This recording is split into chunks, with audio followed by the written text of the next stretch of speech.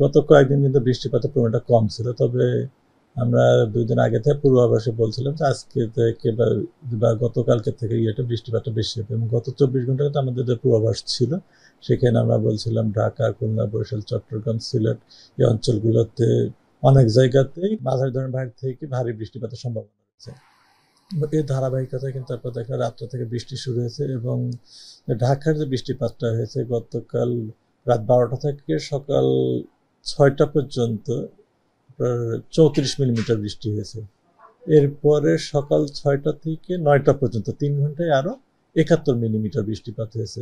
এটা 71 মিলিমিটার 3 ঘন্টা মানে অনেক বৃষ্টি, অল্প সময়ে অতি ভারী বৃষ্টি আসলে। এবং এই সময় দেখলাম যে আমরা অনেক জায়গাতে কিন্তু জলাবদ্ধতা তৈরি হয়ে গেছে ঢাকা শহরে যে এটা, এবং এই সময় কিন্তু আরো বৃষ্টি হয়েছে। আমরা 3 ঘন্টাতে কিন্তু ঢাকাতে 71 মিলিমিটার, ভোলাতে 51 মিলিমিটার, ফরিদপুরে 24 মিলিমিটার বৃষ্টি হয়েছে। আর আমাদের গত 24 ঘন্টার কথা যদি বলি, গত 24 ঘন্টায় কিন্তু দেশে সর্বোচ্চ বৃষ্টিপাত হয়েছে আপনার ফেনীতে 116 মিলিমিটার, নোয়াখালীতে হয়েছে 90 মিলিমিটার, হ্যাঁ, হিজলাতে হয়েছে 91 মিলিমিটার। তার মানে আমরা দেখছি দেশের দক্ষিণাঞ্চলে বৃষ্টিপাত বেশি হয়েছে। আসলে একটা লঘুচাপ তৈরি হয়েছে উত্তর বঙ্গোপসাগর তৎসংলগ্ন এলাকাতে, লঘুচাপের প্রভাব তৈরি হয়েছে, এবং এর প্রভাবে কিন্তু বাংলাদেশ উপকূলীয় অঞ্চলগুলোতে বৃষ্টি হয়েছে, এবং বৃষ্টিপাতটা উপকূলীয় অঞ্চলে আজকে এবং আগামীকালকে থাকবে।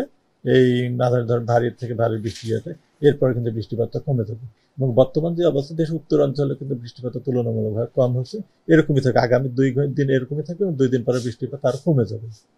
তবে যে বিষয়টা হচ্ছে আমরা দেখছি যে আগামী 24 তারিখের দিকে একটা লঘুচাপ তৈরি হওয়ার সম্ভাবনা আছে বঙ্গোপসাগরে। আরেকটা যেহেতু এখন একটা রয়েছে বর্তমানে, কিন্তু একটা লঘুচাপ তৈরি হয়েছে কিন্তু উত্তর বঙ্গোপসাগরে, আমরা দেখছি 24-25 তারিখের দিকে আর একটা লঘুচাপ তৈরি হওয়ার সম্ভাবনা আছে, এবং ওইটা লঘুচাপ যখন তৈরি হবে সেটা কিন্তু আরো ঘনীভূত হয়ে নিম্নচাপে রূপ নেওয়ার সম্ভাবনা রয়েছে। এবং এটা তৈরি হওয়ার পরে এবং এটা নিম্নচাপের রূপ নেবে কিনা বা নিলে এটা কোন দিক দিয়ে যাবে, এটা যাওয়ার উপর নির্ভর করে, বা এটা আরো শক্তিমাত্রা অর্জন করবে কিনা, এবং এটা কোন দিক দিয়ে যাবে, বাংলাদেশের দিকে দিয়ে যাবে না ইন্ডিয়ার দিকে যাবে, এরপরে আসলে বোঝা যাবে।